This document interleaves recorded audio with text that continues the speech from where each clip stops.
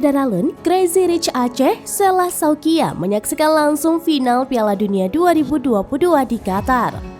Dalam akun TikToknya, ia mengunggah sebuah video saat dirinya sedang di Lusail Stadium Qatar.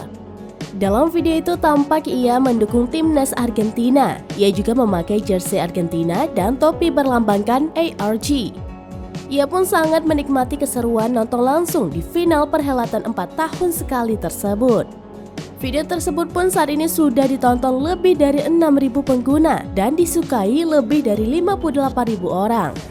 Nama Sela Saukia sudah menjadi sorotan setelah bisnis pakaiannya laris manis. Wanita kelahiran 1991 ini bahkan berhasil membeli rumah mewah bak istana lantaran bisnis yang ia jalankan. Label Crazy Rich Aceh pun langsung melekat pada pengusaha yang mengaku pernah tinggal di rumah bantuan tsunami tersebut.